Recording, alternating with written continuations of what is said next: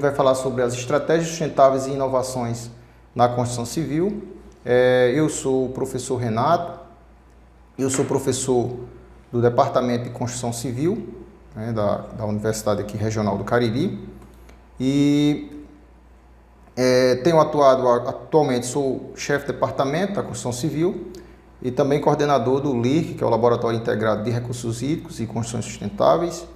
Tem aqui algumas publicações relacionadas ao tema de recursos hídricos, no qual eu tenho trabalhado. Sou engenheiro civil pela Universidade Federal de Campina Grande e meu mestrado é também na UFCG e o doutorado na UFC Fortaleza. Atualmente também estou ocupando a função de coordenador do Núcleo de Inovação Tecnológica aqui da URCA. E a minha apresentação hoje está estruturada em três grandes áreas, né? Primeira questão, a gente vai tratar um pouco da crise, né? Das crises que o mundo tem passado, né? As crises ambientais, sociais e financeiras. Então a gente vai trazer alguns indicadores das crises ambientais, sociais e financeiras. Falar um pouco da nossa matriz energética, o antropoceno, que é esse período que caracteriza a existência humana, falar um pouco desse desenvolvimento das cidades, das inovações. E aí, no segundo passo, vamos falar sobre alguns caminhos que nos levam para a sustentabilidade, né? E aí, nesses aspectos, vamos tratar dos impactos da construção civil no ambiente construído e falar também a respeito das construções sustentáveis como uma alternativa para essa sustentabilidade do planeta. E, por fim, falar de algumas estratégias da construção sustentável e das inovações. Então, as diversas oportunidades que a gente tem de incorporar as construções nas construções civis e como a gente deve se posicionar em relação a isso, e materiais sustentáveis e inovações. Então, qual é o problema, o grande problema que eu coloco inicialmente para a gente discutir? É que a gente tem um problema porque a gente tem um planeta que tem recursos limitados, né? E para uma população cada vez mais crescente e com um padrão de desenvolvimento insustentável. Então, existe uma falsa ilusão de que o planeta existe apenas para suprir as necessidades humanas, né? Mas isso é uma inverdade, né? Porque na prática a gente tem várias espécies no planeta e a espécie humana ela não é única, né? Então não existe um planeta B. E a partir dessa problemática que a gente precisa achar caminhos em diversas áreas. Na construção civil não é diferente.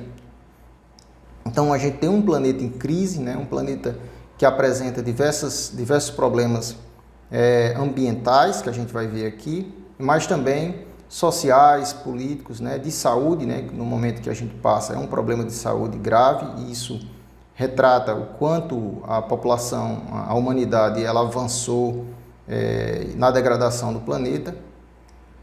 E as evidências quanto a essas crises, ela é evidenciada claramente nesse trabalho aí publicado em 2009 da Nature, que mostra exatamente os limites dos recursos ambientais que a gente tem, que a gente já ultrapassou, né? Então esse mapa, esse gráfico, ele mostra como esse nosso planeta ele ultrapassou esses limites.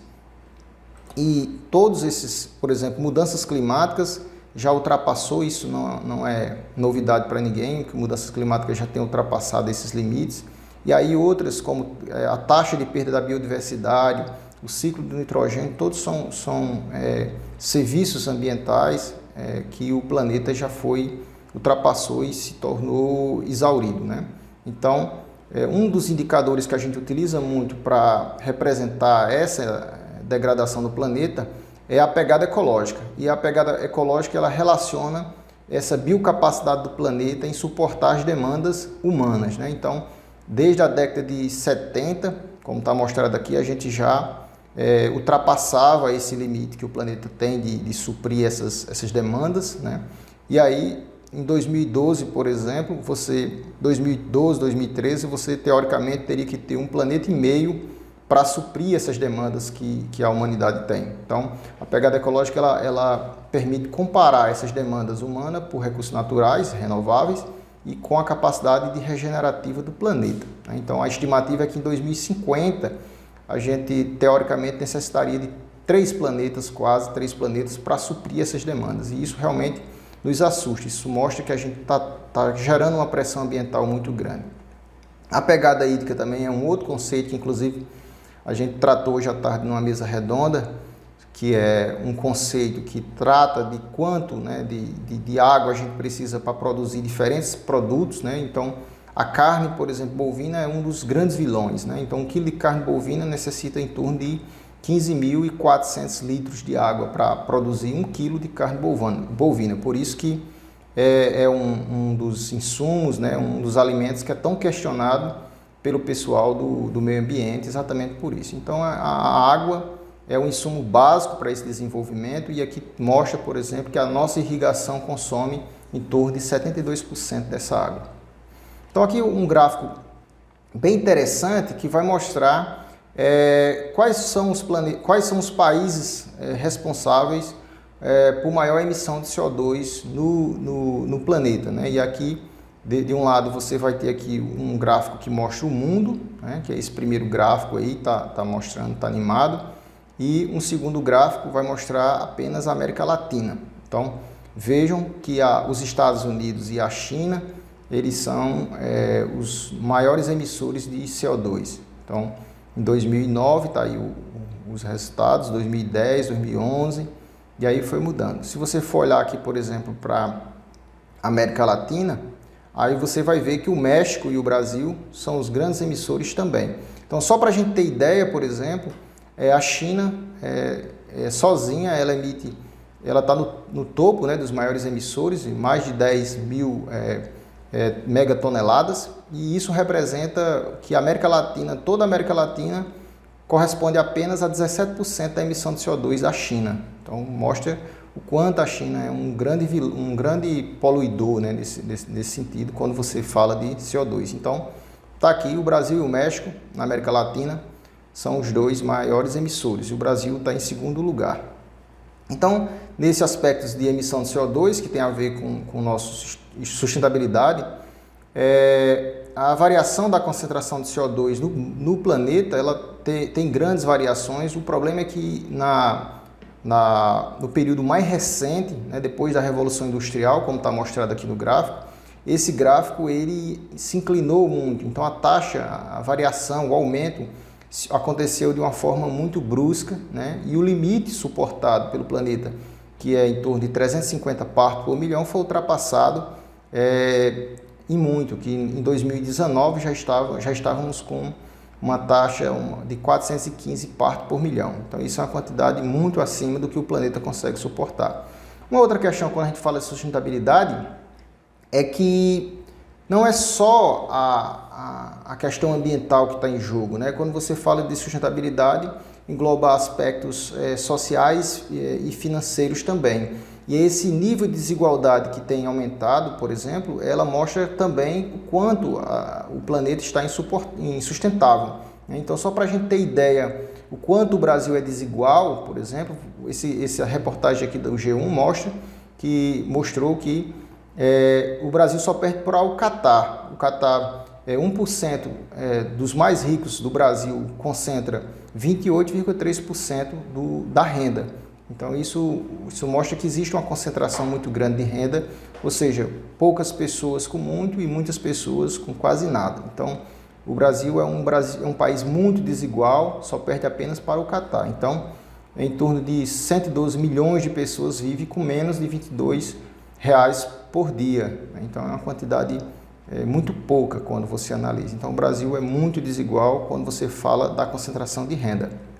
E aí, quando você vai falar já das inovações, né, que é um tema que a gente está tratando aqui também, a gente vai ver que as cidades ela é um grande celeiro de inovação, né? Então, embora a cidade tenha essa importância para inovar, para trazer soluções, novas soluções tecnológicas, né? Mas ela, ao mesmo tempo, ela causa um grande impacto. Então, você olha nesse gráfico aqui, você vê o quanto ao longo dessa história, né, você teve descobertas no passado que ficavam muito distantes uma da outra, mas em torno de 3.500 anos antes de Cristo, quando foi o surgimento das primeiras cidades, após isso, você teve uma explosão de inovações, né? Surgiu o alfabeto, o cimento, a escrita, né? A invenção de rodas, e tudo isso foi com o advento da cidade, porque a cidade é um ambiente que propicia, né, que as pessoas se comuniquem, que discutam, que troquem experiência, né, que transfiram informação e, logicamente, a inovação tem como base a transferência de conhecimento, né? E aí uma dica de leitura, está aqui o livro do Steve Johnson, que é De Onde Vêm as Boas Ideias, e aí, para quem quiser aprofundar esse assunto, numa visão mais histórica, tem essa dica de leitura. Outras leituras tem aqui o Yuval Harari, que é um dos grandes pensadores da nossa atualidade, e ele tem 3 livros interessantes que falam dessa evolução do Homo sapiens, né? Que se a gente está discutindo sustentabilidade, a gente está falando aqui de problemas causados pelo homem. E aí o Yuval Harari traz exatamente essa discussão do ponto de vista de como um hominídeo, né, que a gente teve vários antecedentes que não floresceu, não cresceu, e o Homo sapiens sobreviveu, como é que ele se desenvolveu, o que foi o diferencial, né? E ao mesmo tempo que ele aumenta em grande quantidade, ele causou grandes impactos. Então, finalizando essa primeira introdução, a gente fica num dilema, né, numa encruzilhada, né? Quais são as alternativas que a humanidade tem, né, para enfrentar esses problemas? Então, ou adotamos um modelo de produção e consumo mais sustentável, e isso tem a ver com a adoção de modelos sustentáveis como os Objetivos de Desenvolvimento Sustentável da ONU, ou se a gente manter esse nosso padrão de vida de degradação ambiental e de consumo insustentável, vamos levar a humanidade provavelmente para uma sexta extinção, que é como é discutido nessa literatura do livro A Sexta Extinção. Então, é só para a gente criar alguns aspectos. Então, dito isso, que fala das crises ambientais, do modelo insustentável que a gente adotou, a gente agora eu vou falar um pouco das alternativas para esse desenvolvimento sustentável. E aí, a economia colaborativa ou economia circular é um dos caminhos para essa sustentabilidade, né? Porque você está muito mais focado em evitar a geração de resíduo, em fazer uso de materiais de forma mais consciente, e essa redução de resíduo, o uso e o reuso de materiais vai, logicamente, diminuir impactos no ambiente que a gente vive, né? E aí tem um selo até, que é o Cradle to Cradle, que é criar, reciclar ilimitadamente, que ele faz todo esse diagnóstico dos produtos que realmente obedecem a essa sequência de economia circular. Algumas novas tecnologias e inovações que podem combater essa escassez, a gente tem desde a produção hoje em dia de bicicletas recicladas, de carros elétricos, e aí quem quiser aprofundar um pouco mais, tem um TED na internet que você pode consultar, que discute, que é o autor desse livro, Abundância, o futuro é melhor do que você imagina, que fala exatamente de como as novas tecnologias elas podem modificar essa condição de escassez. Então, como as inovações ela pode melhorar a condição de vida do ser humano, né? Outras soluções como, por exemplo, passou outro dia na TV a produção de um copo produzido à base de mandioca, e tudo isso tem a ver com uma economia circular, que evita gerar resíduo. Agora, na área de construção civil, vou falar agora de como esses impactos eles são exclusivos da construção civil, né? A construção civil ela é uma das áreas estratégicas para o desenvolvimento de qualquer país, mas ao mesmo tempo é um vetor, né, de impactos ambientais. Então a água, por exemplo, as edificações, por exemplo, ela consome em torno de 21% da água, né, nas cidades. A energia, 42% da energia elétrica. Essas edificações, por exemplo, elas geram em torno de 25% do CO2 e geram, por exemplo, 65% do resíduo sólido. Então, o resíduo sólido das cidades, a grande quantidade é proveniente da construção civil. Então, a construção civil sozinha consome de 50% a 75% dos nossos recursos naturais. Por isso, a nossa preocupação de apresentar estratégias que consigam minimizar ou zerar alguns impactos. Então, quando você se fala de CO2, 39% das emissões de gás de efeito estufa, né, vem da construção civil. Então é um valor extremamente alto quando você leva em consideração que você tem outras atividades humanas, né, da indústria, não só da construção civil, de outras indústrias, e ela sozinha, a construção civil, ela gera 39% dessa emissão de CO2, né, 76 gigatoneladas só no período de 2010 a 2016. Está aqui um gráfico que mostra essa evolução para o Brasil, de 1990 a 2015, e se essa geração de resíduo é tão grande, tem a ver com a produção, o uso de cimento, que é o principal insumo da construção civil. Então está aqui esse gráfico mostrando a evolução do consumo de cimento ao longo de vários anos, né, de 2001 até 2015 e projeção até 2050. Então esse ano a projeção foi de 72 milhões de toneladas de cimento e a produção está geralmente igual ao consumo, o que se produz e se consome. Por que eu estou falando disso? Eu estou falando de produção de cimento e de CO2 porque o cimento ele é um dos grandes geradores de CO2. Desde o processo de extração da matéria-prima e processamento, ele gera muita emissão de CO2. E para a gente, como profissional da construção civil, a gente precisa entender que até a escolha do material que você vai utilizar, ela vai determinar a quantidade de impactos que você vai gerar. Então, em obras que a gente foca na sustentabilidade, a gente foca geralmente no cimento CP3, que é o cimento que emite a menor quantidade de CO2. Dos 4 cimentos apresentados aqui, o CP2, que é o mais utilizado aqui no mercado, por exemplo, gera 550 quilograma de CO2 por tonelada, enquanto o CP3 gera apenas 260. Então, isso acontece por quê? Porque o CP3 ele tem uma grande quantidade de resíduos de escória da indústria incorporado. E quando você recicla materiais, significa que você não precisou emitir CO2. Então, o segundo cimento mais sustentável é o cimento Portland pozolânico, né, que é o CP4. Então, na escolha de cimento considerado sustentável, a gente precisa optar por esses dois que são os mais considerados os mais sustentáveis do ponto de vista de emissão de CO2. A gente tem outras crises, como crises na habitação. Não é segredo para ninguém que a gente tem um país, além de desigual financeiramente, como eu mostrei, ele tem uma desigualdade muito grande do ponto de vista de moradias. E aí você tem essa imagem emblemática, quando você tem um condomínio de luxo e do lado uma favela com essas edificações um pouco mais desordenada. Então, essa migração para a cidade, ela logicamente causou grandes impactos, porque a gente não teve a infraestrutura à altura da quantidade de pessoas.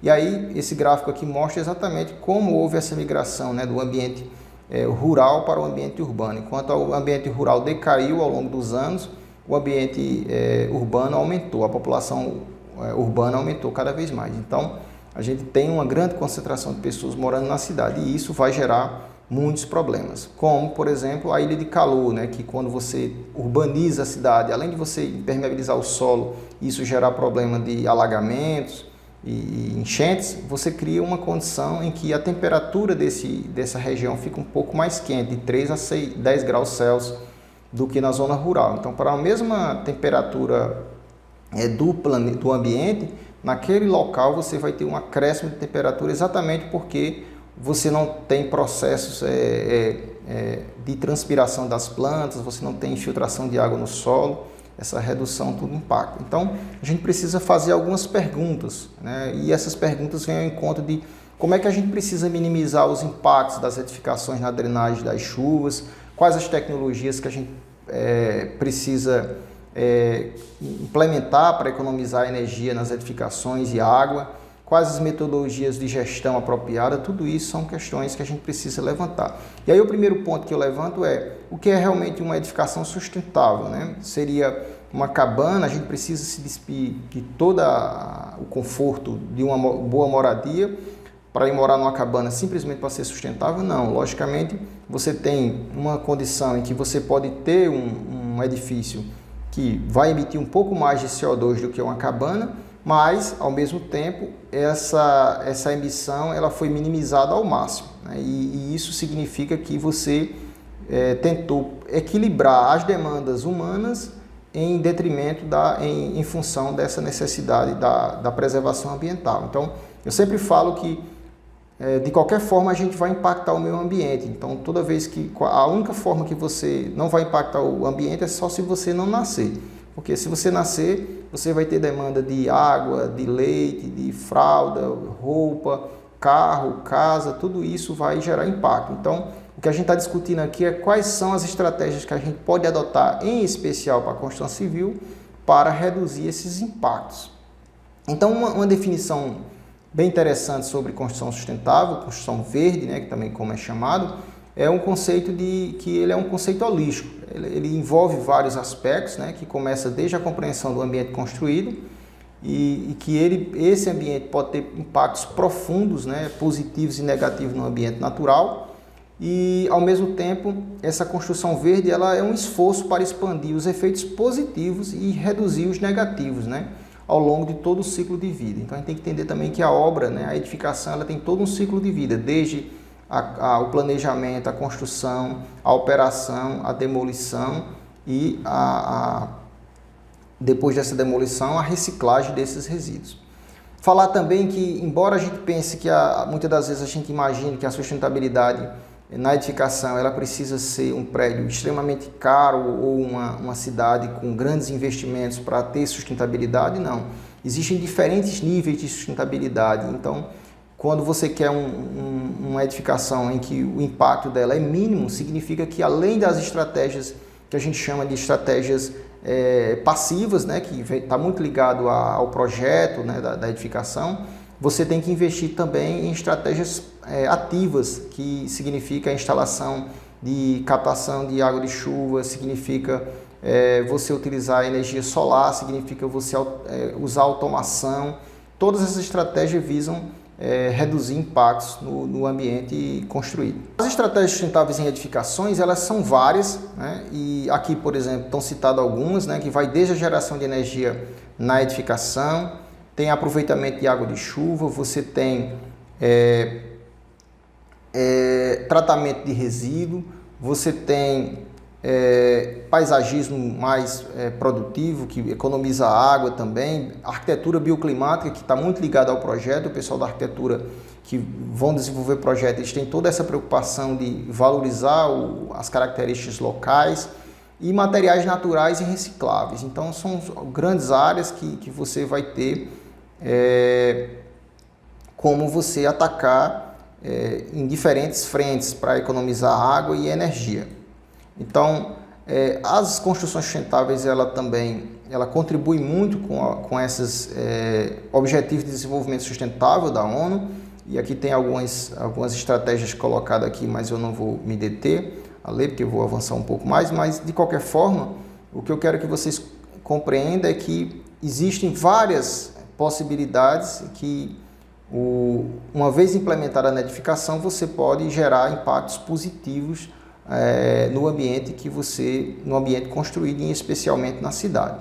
Então, os princípios da construção verde ou sustentável, ela tem uma característica interdisciplinar. Ela inclui desde a eficiência energética, eficiência de recursos e materiais, você tem durabilidade, eficiência hídrica, qualidade ambiental interna, redução de impactos na comunidade e no entorno, a conscientização do proprietário e manutenção, desenvolvimento sustentável do local. Então, tem várias frentes aqui que você tem, logicamente, profissionais diferentes que vão trabalhar esses aspectos, e para você trabalhar essas questões é necessário que todos os profissionais da construção civil, em vez de trabalhar de forma isolada, eles precisam trabalhar de forma integrada, ou seja, a forma de gerenciar uma obra sustentável não é a mesma forma que a gente utiliza para gerenciar uma obra convencional. É preciso uma nova metodologia que a gente chama isso de processo de projeto integrativo. Por quê? Porque a gente precisa valorizar as expertises de cada profissional para evitar conflitos ou alguns problemas na obra no futuro. Uma outra questão que está muito em evidência e é preciso que se discuta aqui é que a construção sustentável ela tem um aspecto muito importante, que é a característica de ser uma edificação saudável, né? E a edificação saudável, nesse momento que a gente está vivendo em especial, ela tem um peso muito maior, porque quando a gente falava que de permanecer 90% do tempo em ambientes construídos, agora a gente fica muito tempo, muito mais dentro de edificações.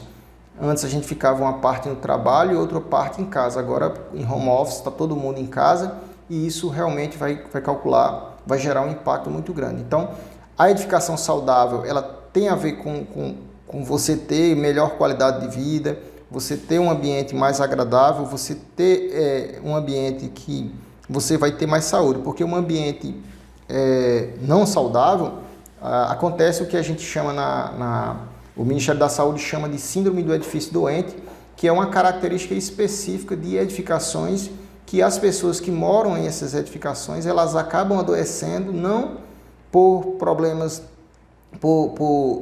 outros problemas externos, mas apenas por problemas causados pelo ambiente interno da edificação. Então ela realmente a edificação que tem um ambiente sem ventilação, sem iluminação, aí tem grande produção de mofo, tudo isso ela vai facilitar a proliferação de alguns vetores de doença, certo? Então, foi instituído pela Organização Mundial da Saúde desde 82, né, após a comprovação de morte de pessoas em uma edificação que tinha essa característica. E aí, para enfrentar isso, você tem diversos materiais, por exemplo, vou dar um exemplo só para tintas, né? Quando você compra uma tinta que essas mais convencionais, ela tem compostos orgânicos voláteis que fica ali liberando no ambiente interno e você vai respirando esse ar e isso vai fazer mal à sua saúde. Então, essas tintas que são apresentadas aqui são tintas que têm baixo composto orgânico volátil, né? Não tem cheiro e isso realmente vai preservar a sua saúde. Uma outra questão é que a biofilia, que é um conceito também dentro da construção sustentável, né? É esse conceito que tenta trazer os aspectos naturais do ambiente, da natureza para dentro da edificação. Então, ela propõe trazer a natureza para dentro do ambiente das edificações e porque, aquilo que eu falei, 90% do tempo a gente fica dentro de edificação. Então, naturalmente, a gente tem essa necessidade de ter esse contato com o meio ambiente. E alguns dos desafios que a gente tem na construção sustentável é exatamente a profissionais preparados, né? Aqui, por exemplo, eu apresento uma enquete no qual, um estudo que a gente fez, uma pesquisa que a gente fez, que deu como resultado desse artigo Conhecimentos e Aplicações de Estratégias Sustentáveis e da Norma de Desempenho para Edificações por Profissionais da Construção Civil. E a gente pesquisou 186 profissionais da construção civil aqui na região do Cariri e foi aprovado para publicação esse trabalho nessa revista que está aí. E aí a gente olha o gráfico e vê claramente que a maioria dos profissionais recém-formados, eles conhecem muito pouco as tecnologias. Então, esse traço, por exemplo, preto aqui mostra conheço razoável, mas nunca ultrapassa 50%. E muita gente aqui declara que conhece muito pouco, que é esse vermelho, né? Energia solar, aproveitamento de água de chuva, reuso de água, por exemplo, muito pouco.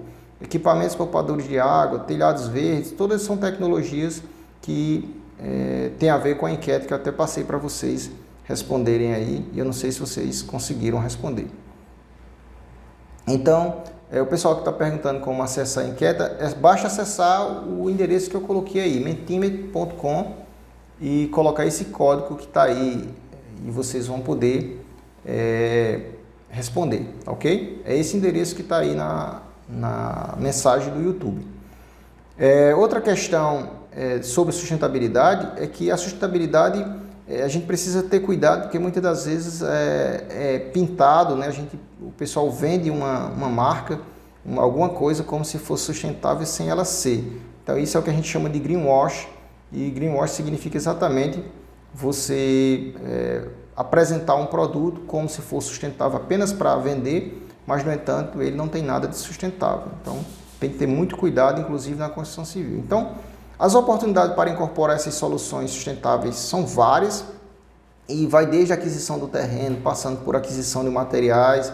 O projeto, a gente precisa analisar aspectos que valorizam a locação da obra, a ventilação, a iluminação, a incorporação de materiais que vão minimizar impactos, a execução também, você precisa ter uma boa gestão dessa obra, e a operação, que embora a gente compre a edificação e se preocupe muito mais com o preço de aquisição, mas o gasto, o consumo de recurso financeiro é muito mais na operação da edificação, que tem período de vida aí de 50 anos, do que na execução dessa obra. Então, a demolição e a disposição final desse resíduo, tudo isso, a construção sustentável ela precisa se preocupar. E, logicamente, isso visa minimizar impactos, economizar recursos como água e energia. Então, só para a gente ter ideia aqui, a água, um edifício verde ou sustentável, ele pode reduzir o consumo de água em 40%, de 24% a 50% na economia de energia, e resíduo sólido pode diminuir até a geração de resíduo sólido em 70% e as emissões de CO2 de 33% a 39%. Em algumas edificações que têm algumas intervenções mais profundas, esse uso de água e energia ela pode ser inclusive até zerada.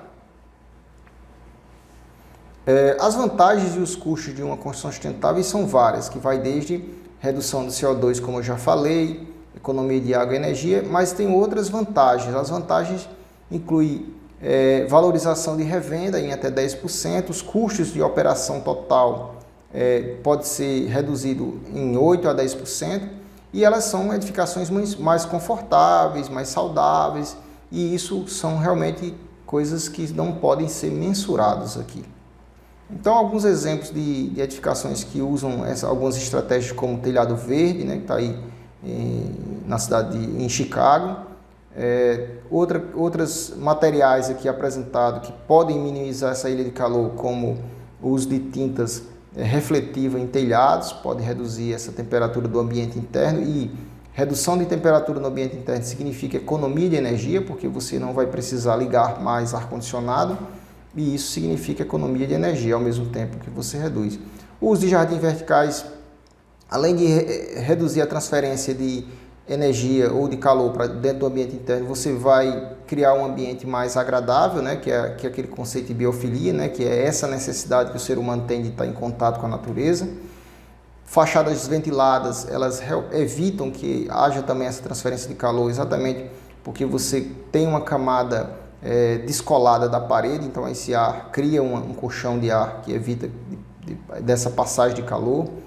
E a eficiência energética inclui desde a ventilação natural no projeto, valorização desse aspecto, iluminação natural, iluminação eficiente, energia solar, energia eólica, telhados verdes, fachada com isolamento, tudo isso vai causar impacto direto e indireto no consumo de energia. Então, todas as estratégias que estão ligadas desde a arquitetura bioclimática, que tem a ver com o uso dessas estratégias.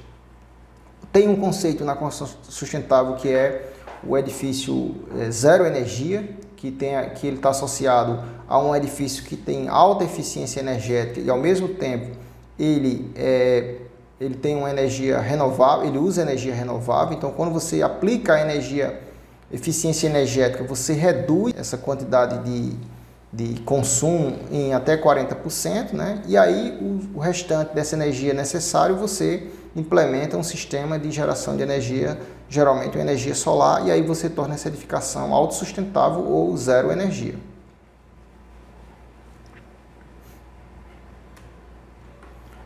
Outras estratégias de monitoramento e consumo de energia é importante, e aqui tem um exemplo, né, dessa Green Ant, que é uma empresa brasileira que faz esse monitoramento de energia nas edificações e em sistemas mais complexos. Tem a eficiência hídrica, que está associado a aproveitar a água da chuva, tem a ver com reuso de água cinzas principalmente, componentes que economizam água também nas edificações. Então, todas essas são estratégias que visam a economia de água potável.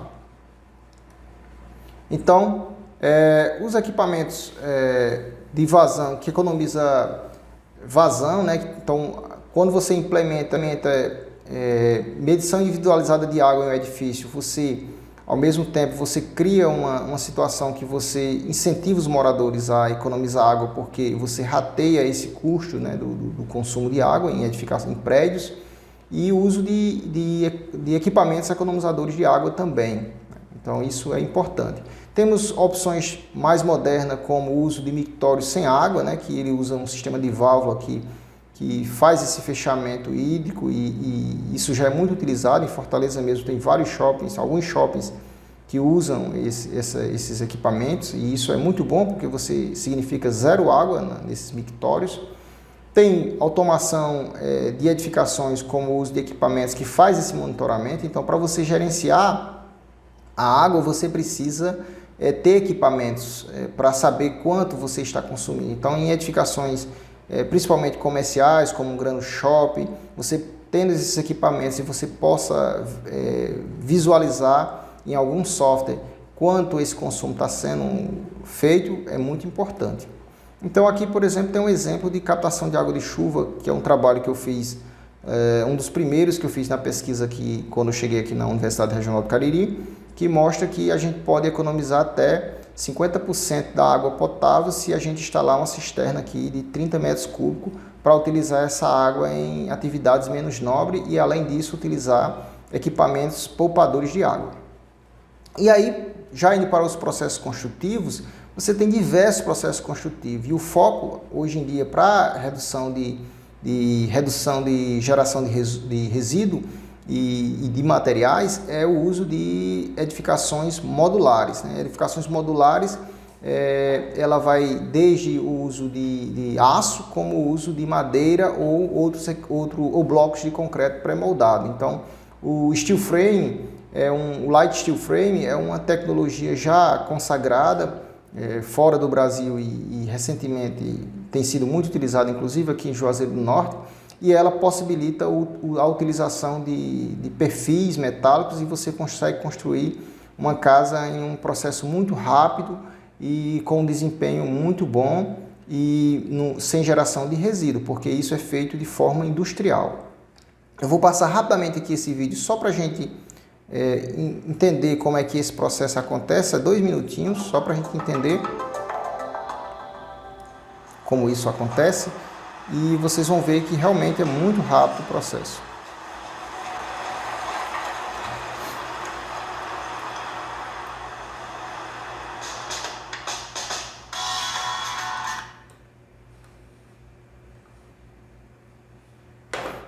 Só um minutinho.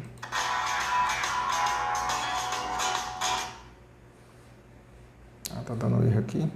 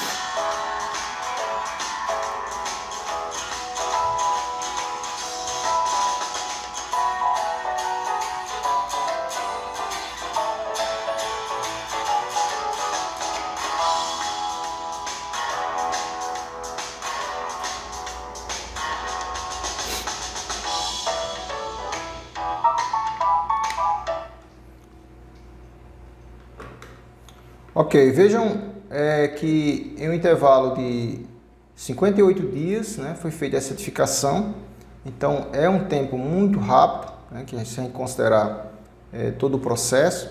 Então é interessante como o processo do Light Steel Frame ele consegue ter bons resultados. E o equivalente de madeira, né, que o primeiro foi o que eu mostrei foi o perfil de aço, agora o Light Wood Frame, né, que wood é madeira, é a mesma coisa, só que utilizando perfil de madeira. Então a gente está falando de edificações pré-fabricadas e são edificações que estão sendo utilizadas largamente, principalmente agora nessa crise da pandemia. Ela deu uma ajuda muito grande porque as empresas conseguiam fazer hospitais em tempo recorde. Então veja o que o cara mostrou no vídeo, uma casa feita em menos de 60 dias, né? Então de 58 dias ele fez a residência de steel frame. E o wood frame também é a mesma coisa, tem a mesma velocidade e tem outra vantagem ainda maior, porque enquanto o aço ele tem um grande consumo energético na sua fabricação, a madeira a gente sabe que é um recurso renovável. Um outro equivalente que a gente tem muito sendo utilizado é a construção em EPS. Também você tem uma estrutura de alvenaria que você utiliza uma estrutura de arame de aço e aí você faz uma argamassa armada e isso vai gerar uma estrutura monolítica de grande resistência. Eu não vou passar o vídeo aqui para você não perder tanto tempo. Outras opções é o tijolo ecológico, né? Já olhando mais para o lado mais sem industrialização, mas é um tijolo feito de solo cimento, com adição de pouco cimento, então significa que ele não é tão sustentável porque utiliza um pouco de cimento, mas é considerado sustentável porque não tem queima, né? Então só em não ter queima significa que você já reduziu muito a emissão de CO2. A taipa de pilão é uma tecnologia já amplamente utilizada e bem antiga, então hoje está sendo muito utilizado também. Então tem aí, você tem um sistema de forma e você compacta esse solo cimento e você tem a parede, como você consegue ver aí. Então estruturas de bambu, que é um recurso renovável. E aí você tem várias tecnologias aqui que eu não vou me detalhar muito, porque a gente já começou um pouco atrasado, mas desde telhas utilizando materiais recicláveis, né, como esse da Tetra Pak, o uso de energia mais eficiente com o uso de domos, né, eu vejo que o domus, a gente está em uma região que tem uma quantidade de energia muito grande do sol, muita iluminação, uma radiação solar muito grande, a incidência luminosa grande, e aí a instalação de domos em cima principalmente nesses grandes supermercados, ele propicia a transferência de energia para o ambiente interno, né, de evitar de ligar lâmpadas, né. E aí tem várias soluções que é muito mais residencial, como esse Solar Tube, que também é um domus. E aí uma combinação desses domos prismáticos com uma iluminação artificial programável é uma coisa mais excelente, porque você pode programar a iluminação do ambiente interno para, nos dias que você tiver pouco sol, essa iluminação ser ligada automaticamente, como é o caso dessa empresa aí, que é a Comfort Lux, que ela faz essa instalação, e aí você tem um sistema de sensor, então se durante o dia tiver pouca iluminação natural, uma parte dessas lâmpadas elas vão ser ligadas. E lembrar também que a iluminação artificial ela é uma iluminação dimerizável, ela pode ser ajustada para maior ou menor intensidade, dependendo da necessidade. Então, pisos reciclados, elevados, que é interessante principalmente para escritórios, que você precisa mudar muito o layout ou mudar de prédios, e esses aí são feitos de materiais reciclados, pisos drenantes. Então tem várias situações. Aqui eu estou mostrando aqui para vocês uma simulação que a gente fez no trabalho que foi publicado aqui na semana de IC da URCA, e em qual a gente fez um estudo lá no laboratório e a gente pegou uma edificação padrão dessas edificações que você encontra as plantas na internet mesmo, e aí a gente fez as simulações para ver como poderia economizar energia, água e materiais. E aí fez 3 simulações, uma simulação para cada situação você tem aqui as economias. Então você tem a estratégia 1 aqui, por exemplo, com geração de 48,43% de energia. Você tem aqui, já no segundo caso, a água. Essa mesma estratégia gerou uma redução menor do que a estratégia 2, de forma que você tem, antes de executar a obra, a noção de quanto é que seria essa economia de energia, de água e de materiais, tá certo? Então, As simulações mostraram que é possível reduzir aproximadamente 48% do consumo de energia elétrica, 35% do consumo de água e 53% de energia que é incorporada nesses materiais. Então, já falando um pouco da inovação na construção civil, a gente vai aqui destacar a importância que essa inovação traz para a construção civil, porque se a gente observar as grandes mudanças que geram impactos positivos, né, em processo construtivo, em reduzir consumo de materiais, está associado a inovações que surgiram e que foram incorporadas, como o caso do Light Steel Frame, do Wood Steel Frame, que está ligado a essa parte de edificações pré-fabricadas, né, que são produzidas em escala de indústria, né? Então, os processos de gestão também têm a ver com essa inovação. O problema é que a gente tem, quando você tem inovações, essas inovações elas demoram muito a chegar no mercado. Algumas demoram vários anos e outras até morrem porque elas não são adotadas, porque a população, a indústria da construção civil principalmente, é uma indústria muito conservadora. Então tem uma espécie de abismo aí que serve para todas as inovações e não é diferente para a construção civil. Então, você tem aí os inovadores que utilizam essas inovações, depois tem os primeiros adeptos, que é em torno de 13,5%, aí cai nesse abismo, né, que vai demorar ser utilizado pela população em geral, e aí você tem um outro percentual que é uma maioria mais tardia, que vai utilizar só depois que todo mundo está utilizando. Então, um exemplo que a gente tem é o BIM, né? O BIM é uma tecnologia, é uma metodologia antiga. Ela desde a década de 70 ele já se falava dessa metodologia, ela foi evoluindo e ainda hoje a gente tem, muitas empresas ainda não utilizam essa metodologia exatamente porque existe esse abismo, essa dificuldade de incorporar inovações. Então você acostuma a fazer uma coisa de determinada forma, mesmo que tenha uma mais eficiente, a população, as empresas só vai adotar depois que isso está muito bem consagrado. Essa é uma das dificuldades. Quem alavanca essa área de inovação no Brasil são as Construtecs, né, que são essas startups que faz diversos avanços em metodologias, em modelos de negócios que puxa essas inovações. E aí esse mapeamento, por exemplo, feito aí por essa empresa, né, identificou 350 startups do setor imobiliário da construção. E aí você tem um mapa, né, dessas diversas inovações que vai desde inovações no canteiro de obra, inovações na forma de alugar imóveis, inovações na forma dos profissionais gerenciar essas obras e de novos materiais. Então, a gente tem várias tecnologias que já estão sendo incorporadas e que tendem a ser incorporadas nos próximos anos, né, que está associada também com o uso de drones, o uso de internet veloz, de coisas, de dados que estão na nuvem, de Big Data, vários avanços. Então há uma tendência muito grande dessas inovações elas chegarem com mais rapidez nos próximos anos e alavancarem cada vez mais o processo do qual a gente trabalha com as construções, construção civil.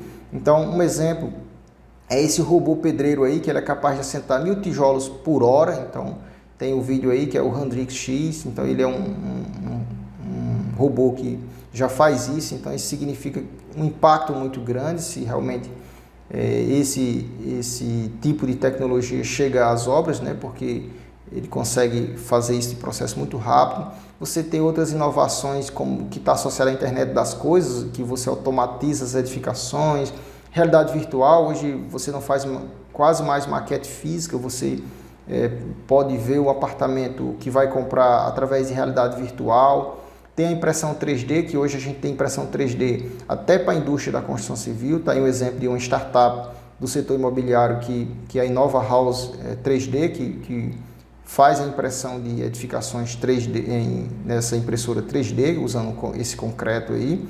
Então, está aqui o exemplo daqui nosso, né, nossa região, uma casa que foi construída em Natal, no Rio Grande do Norte, por meio de tecnologia que imprimiu o concreto, e a solução idealizada foi essa aluna do 9º semestre do curso de engenharia, que é a Juliana, e fez uma impressão 3D das paredes da casa